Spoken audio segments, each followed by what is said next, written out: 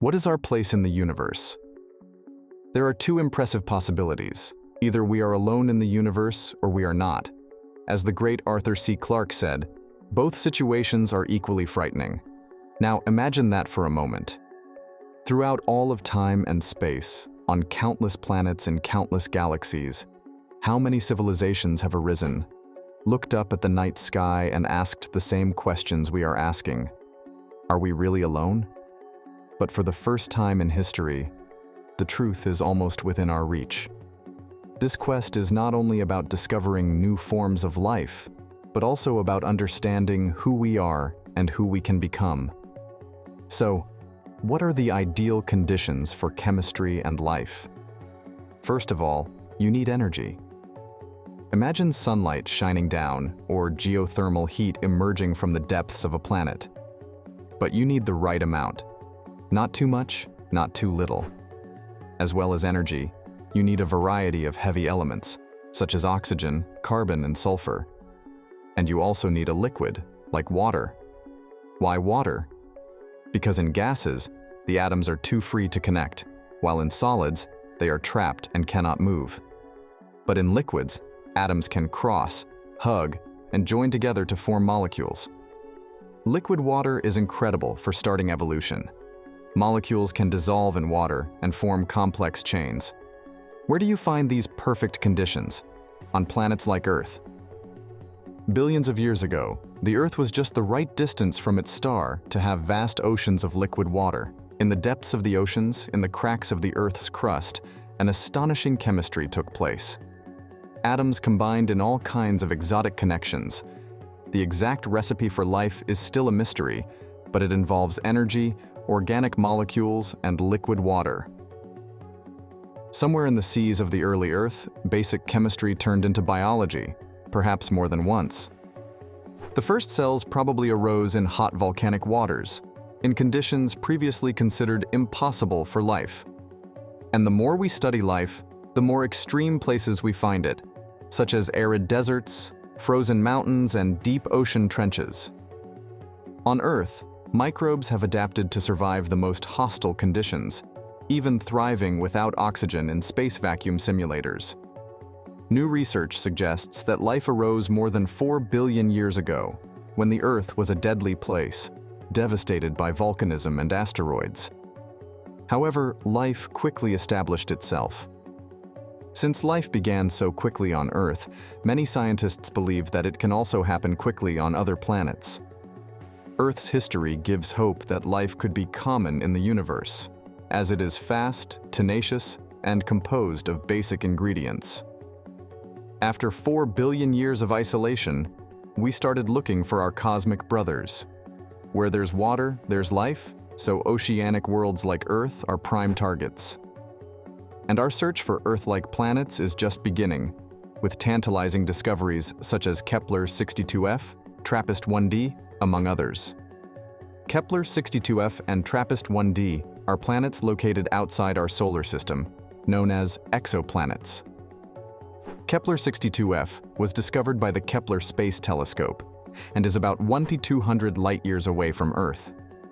It is considered a potentially habitable planet because it is slightly larger than Earth and is in a zone called the habitable zone, where conditions may allow for the existence of liquid water, which is essential for life as we know it. TRAPPIST-1d is part of a planetary system that has 7 planets, all orbiting a star called TRAPPIST-1. This system is about 40 light-years away from Earth. TRAPPIST-1d is one of the planets in the habitable zone around its star and is about the size of Earth. The galaxy is full of water, organic molecules, and complex chemistry, everything needed for life. Could something similar to what happened on Earth have occurred on other planets? Given the impressive numbers, alien life seems almost inevitable. With around 50 billion Earth-like worlds in the Milky Way alone, the universe is brimming with potential.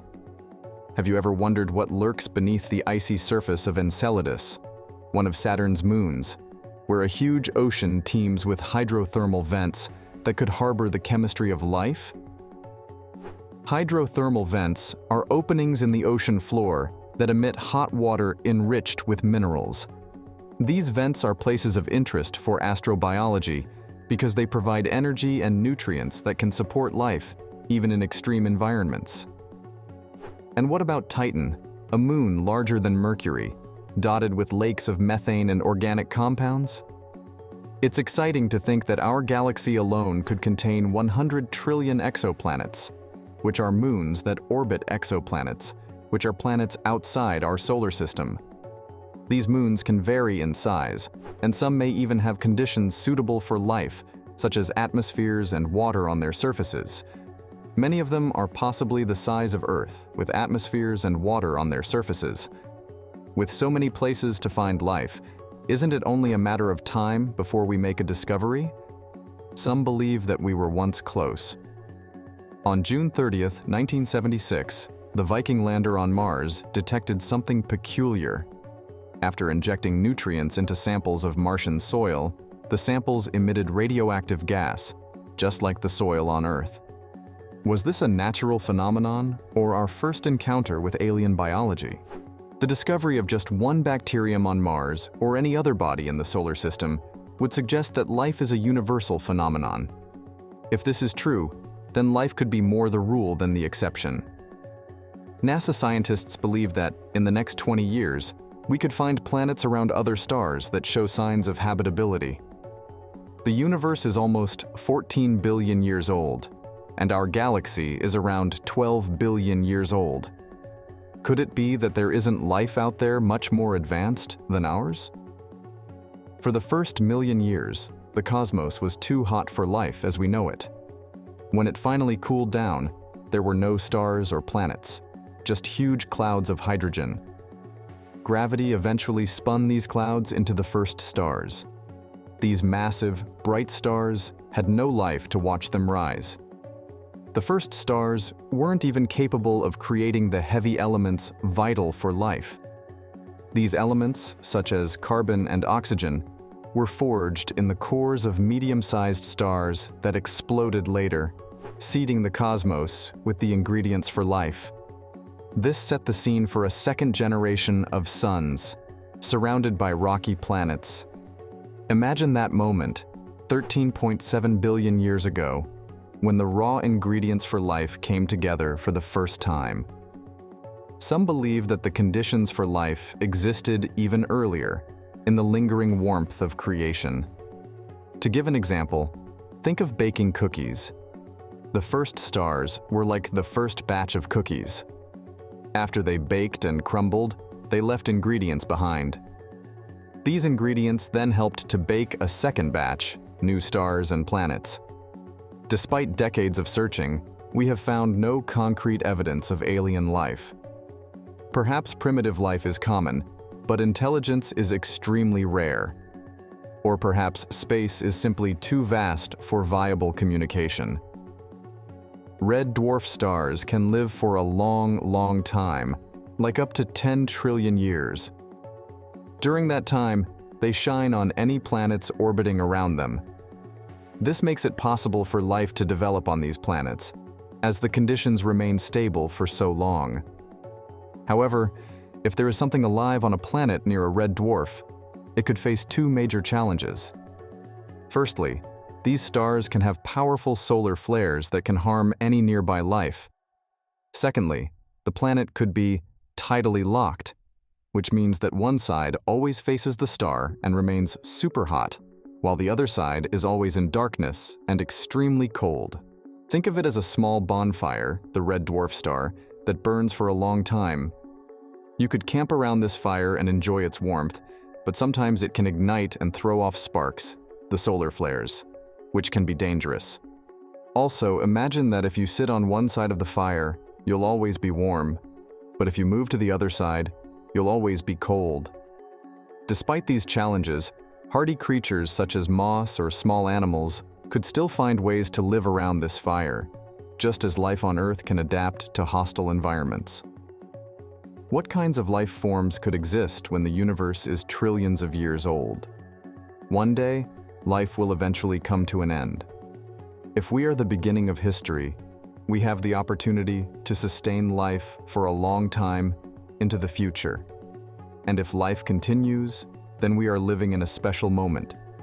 It's like starting to read a book. You're in the first chapter. You have the chance to write a very long and exciting story that continues for a long time. The universe is like that book. Now, we're only at the beginning. For example, think about how life on Earth has changed over millions of years. Dinosaurs used to roam the Earth, but now it's our turn. Similarly, if life continues for trillions of years, it could look very different. We could have intelligent beings that look nothing like us, or even life forms made of materials we can't imagine right now. But for life to go this far, it has to start somewhere, and we are at that beginning. So, in a way, we are special because we are at the beginning of a potentially incredible journey. Thank you for joining me on this cosmic journey. As we reflect on our place in the universe, it becomes clear that the search for life beyond Earth is much more than just science. It's about discovering who we are and what we can become. If you enjoyed exploring these mysteries with me, don't forget to subscribe for more amazing discoveries and join the conversation in the comments below. Let's keep looking up and stay curious.